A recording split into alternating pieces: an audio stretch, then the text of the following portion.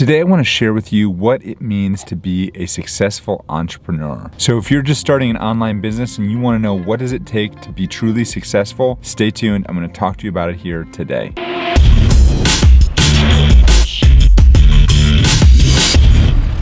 Hi, my name is Jim Hart. I'm the founding attorney here at Hawthorn Law, where we help online businesses get their legal house in order so that they can focus on what they do best, and that is building something that truly matters in the world. I have been an entrepreneur for the past 15 years, really since I graduated from law school. I had a lot of odd jobs prior to law school. I worked at an investment firm for a while after college and things like that. But since I graduated from law school, almost entirely I've been an entrepreneur running my own law practice. And since I first hung my shingle way back in 2005, I've had good years and bad years for my law firm, both financially and professionally. And I've always been looking for ways to move my firm forward from a financial perspective, but also from an influence perspective so that I could help more people and provide more of a positive impact on my clients and the people I serve. All right.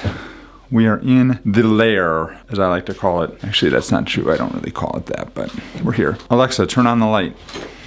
Okay. Thank you. I just got to switch this around a bit and we will be off with today's video. Hey, as I was putting together the video right here and for today, what I realized is, number one, you don't really know why I became an entrepreneur. I became an entrepreneur in the first place because I always craved the freedom that I felt entrepreneurship would give me. I was never very good at working for other people, and I was driving back from my kids' school today after I dropped them off. I realized that, a lot of things in life, I just am not very good at following rules, which is somewhat ironic that I became a lawyer. But I really didn't like following other people's rules that I thought were senseless, is really the big point. And so after doing a lot of odd jobs when I was younger, I decided to venture out on my own and that's one of the reasons I became a lawyer, because I knew that I would have this license to basically start my own business. So that was number one that I was lost when I was doing this video. The second thing I think you really need to understand is, at the time when I started my own firm, there was a lot at stake for me. And even for the 10 years until I get to the point in the video where I'm about to cut to here, when I talk about my mom passing away, there was a lot of ups and downs, and we had a lot of really tough times and difficult years financially. The firm did well in some years and then did horrible in other years, and that was a really stressful thing to go through. So there was a lot at stake for me having a successful law firm, and I don't know that really came through in this video, but hopefully as a backstory that makes some sense. And so now we're going to go back to the video and enjoy the rest. All right, so fast forward about 10 years after I started my first firm back in 2005. My mom passed away after a battle with cancer, and that really shaped and changed my perspective on life, on business, on what I wanted to do with my firm, and really on the direction of where I thought things were going to go for me. Although 2016 was, I would say, somewhat of a dark year for me in terms of my personal life and grappling with the passing of my mother, what I did do back then is I started posting videos to my YouTube channel in 2016. But then I stopped. I stopped in August of 2016.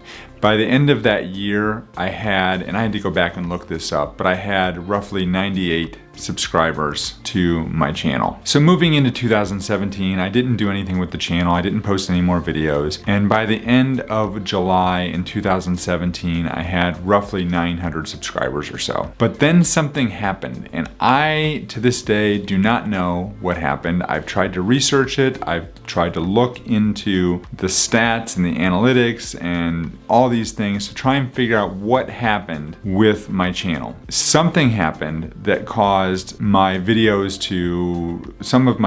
2 or 3 of them in particular, to go viral. Was this YouTube's doing? Did somebody share my videos? I honest to God do not know what happened. But in August of 2017, I gained 2,811 subscribers, which brought my total subscriber count to roughly 4,000. And then by the end of 2017, I had roughly 5,500 subscribers. Now, by the way, while this was happening, I had no idea. I had no clue my channel was growing like this. I wasn't paying attention. I wasn't looking at the stats. Remember, I told you that 2016 and the beginning of 2017 was kind of a dark period for me. And then in 2017, I really started focusing more on my physical law firm and what I was doing with the law firm and my clients and things of that sort. So YouTube was not on my radar at that point. I wasn't really doing a whole lot with it. What first started to clue me in that something was happening was that people started calling my law firm and asking me to set up their LLCs and give them advice on business topics. And since I was a family law firm, that was a little strange to me. So I wasn't sure what to do with these people. My legal assistant wasn't sure what to do with these people when they called, because we just weren't set up for that. We weren't a business law firm at the time. So I don't know what took so long, but at some point in 2018, I checked my channel and I checked to see what was going on with it. I had, at that point, a little over 8,000 subscribers in May of 2018. Ding, ding, ding. That was a light bulb moment for me. I immediately turned on AdSense for the channel, and that was, I would say, the real beginning of Hawthorn Law as we know it at this point, May of 2018. There's something in the roof again. I hate that. So, quick sidebar here. If you're brand new to online business and you're not quite sure how this whole thing works, one of the biggest things that you need if you're getting started with your online business is you need an audience. And there's really two major ways that you can get that audience. You can either grow it organically, which is what I did, unintentionally, I might add, or you can pay for that audience, or you can get it from other people. So I guess there's really three ways you can get that audience. If you want to have a successful online business, you need to have people paying attention. So sidebar, over, back to the video. So at this point, I had built up what I would consider to be a solid audience and following on YouTube. By the end of 2018, I was at almost 10,000 subscribers, 9,000 subscribers, something like that. Things were growing, things were picking up. It was enough that I knew that I had something here. I just wasn't sure what it was. I'll be honest, I had no idea what to do. I had never experienced anything like this before. I reached out to some of my lawyer friends. With all due respect to them, lawyers don't know jack squat about online business, most of them. So a lot of them were like, that sounds great, that's a gold mine, but they didn't know what that meant. And they didn't know what I should do. And I didn't know what I should do. And so I talked to my wife. I asked her what I should do, and she was just worried I was going to get sidetracked with this and just ignore my law firm, which was paying the bills at that point. She wasn't working. I was a sole breadwinner. The law firm's paying the bills. It makes sense that she wouldn't want me to get derailed by, this online business thing. How many of you have heard that, right? And start working on something else that's going to take away from the income or the business that's driving the income for our family. So I totally could get where she was coming from with that. So we reached a deal. We said, okay, well, when the AdSense revenue on the channel grows to $500 a month, then that would make sense that I could spend more time and effort into building the channel.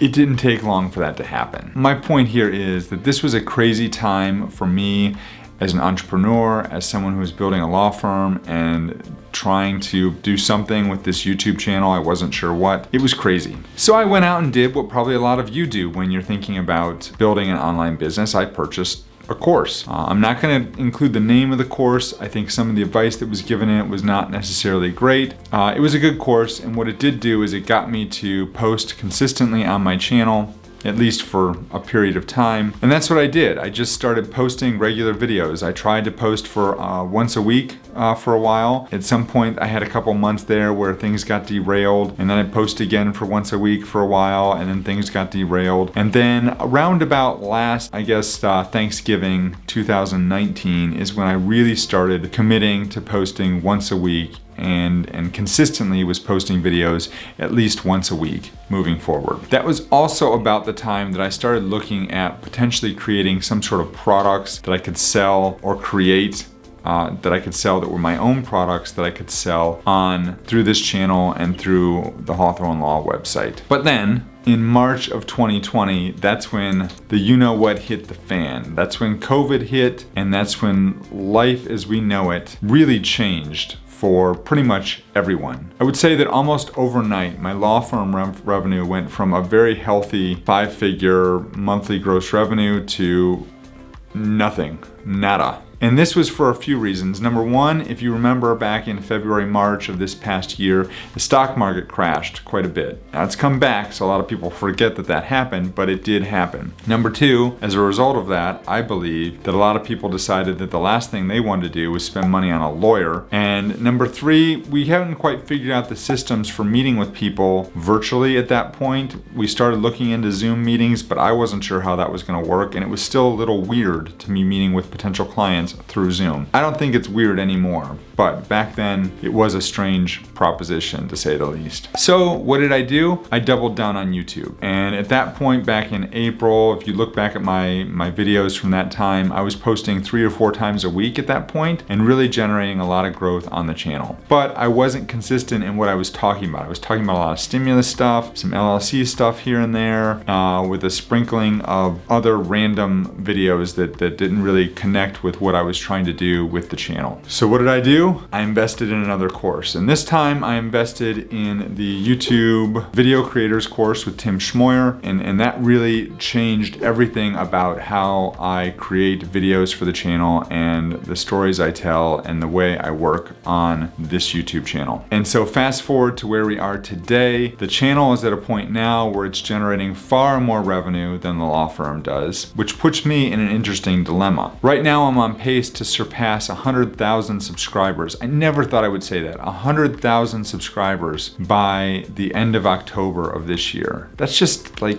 2.5 months away. That's craziness to me. Absolutely craziness. I never thought I would have gotten there. And I realize that that is somewhat of a vanity metric. Subscribers don't equate to revenue, but in the case of my channel, when I have a lot of subscriber growth, it usually means I have a lot of viewership growth, like a lot of people are watching my videos, and when that happens, it corresponds to more revenue on the channel, passively through AdSense, but also affiliate revenue that I generate through some of the products that I promote down in the description below. Which kind of in a long, sort of rambling way leads me to the point of this video, and that is, what does it take to be a successful entrepreneur? I would say, looking back at my 15 years of entrepreneurship since I first hung my shingle as a lawyer back in 2005, there's a couple things that have led me to the place I'm at today and the success that I've had. First thing is appreciating the fact that entrepreneurship is a journey. It is not about going from point A to point B in a straight line. Entrepreneurship, there's a lot of ups and downs along the way. And if this is something that you're thinking about, if you are like me and you really want to start an online business, or any business for that matter, you have to appreciate that you're going to have good days, you're going to have good bad days. You're going to have good weeks, good months, and you're going to have bad weeks and bad months. There's going to be good years. I mean, it is not a linear point A to point B straight line type of process. I also want you to appreciate that as an entrepreneur, there are a lot of choices you can make and roads that you can take along the way. And you have to have, I don't want to say an intuition about it, but you've got to recognize an opportunity when it's there and be ready to take it when it shows up at your doorstep. And for me, that opportunity was when I noticed that my YouTube channel was really gaining some traction. I could have done nothing with that. I could have said, I'm not going to do anything with that. And I'd be in the same place. And when COVID hit in March, I would have been in big trouble because I wouldn't have had my YouTube channel to fall back on and really start to push and grow. I did recognize that that was an opportunity for me way back in 2018, 2.5 years ago. I started to look into how I could use that to grow and build my business. The other thing that I would say that you need to consider, and as I look back on my time as an entrepreneur, is that you really have to think about burning the bridge at some point. And what I mean by that is that there's going to come a point in time where you're going to have to let go of your full-time job. And if you really truly want to become an entrepreneur and want to build a business and you want to make a difference in the world, you can't do that working at a 9-to-5 job full-time. At some point, you're going to have to pull the plug and say, you know what? I'm going with my business. I'm going to ride that train until, I'm either forced to go back to a job. You can always go back to a job, but you got to make that decision. Honestly, I've been offered firm jobs, multiple firm jobs over the past 15 years. At any point in time, I could have taken one of those jobs. I could have left my law firm and I could have moved on, packed up, moved on to a firm that provided me with a steady paycheck and benefits in all likelihood, and probably a pretty good steady paycheck as a lawyer. But that wasn't what I wanted to do. That wasn't my vision for what I wanted and how I wanted to build my place in this world. It wouldn't have given me the life I wanted. It wouldn't have allowed me to influence countless hundreds, potentially thousands of entrepreneurs who have watched my videos. I've got over 2 million views on my channel now. I look at that as 2 million people that that I have affected and hopefully brought positive change to help them learn about how they protect their business from a legal standpoint. So here I am. I'm still an entrepreneur. I'm still trying to grow. I'm still, in a lot of ways, very similar to where I was back in 2005. I just have more experience, and as opposed to growing as a lawyer and building a law firm the way I was back then, now I'm really building this as an online venture and this YouTube channel, and I'm going about it in a different way. I want to build Hawthorn Law into a business that can help to influence and help entrepreneurs build their online businesses in a way that's going to keep them legally protected so that they can really focus their time and energies on what they do best, and that is making a business that's truly going to make change in the world for the better. My goal here at Hawthorn Law is to help at least 100,000 online entrepreneurs to grow and protect their online businesses in a way that will allow you to reach your financial, personal, and professional goals and have lasting impact on the world. Because the more entrepreneurs I can help reach their goals, then the more people they're going to be able to help reach the goals of their target clients and customers and things like that. The more change they're going to be able to have in the world. The more change you are going to be able to have in the world. All right, if you like what I'm talking about, if you'd like to learn more about entrepreneurship and how to build a successful online business, make sure you check out this other video right here. I will see you in the next video. Have a great day, folks.